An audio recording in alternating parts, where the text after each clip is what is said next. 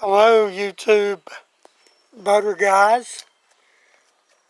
This is a bad starter gear on a 1973 9.5 horsepower Johnson.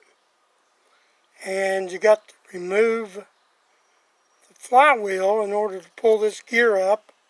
There's a keeper pin here that you have to take out.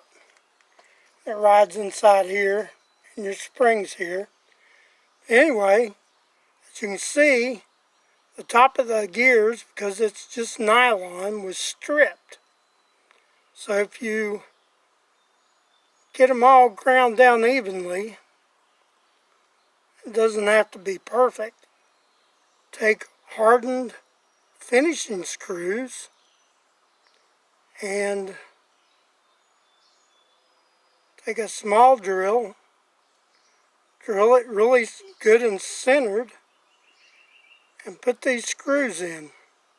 It's hardened steel. And on the bottom, once you've done that, just cut them all off. Then you'll have new gears for your pull starter. These cost anywhere from $40 to $90. And these screws are probably 50 cents. There you go. It's a fix. Now that we have our screws in there, give it a small pull. You can see it'll crank right through and it won't break them off.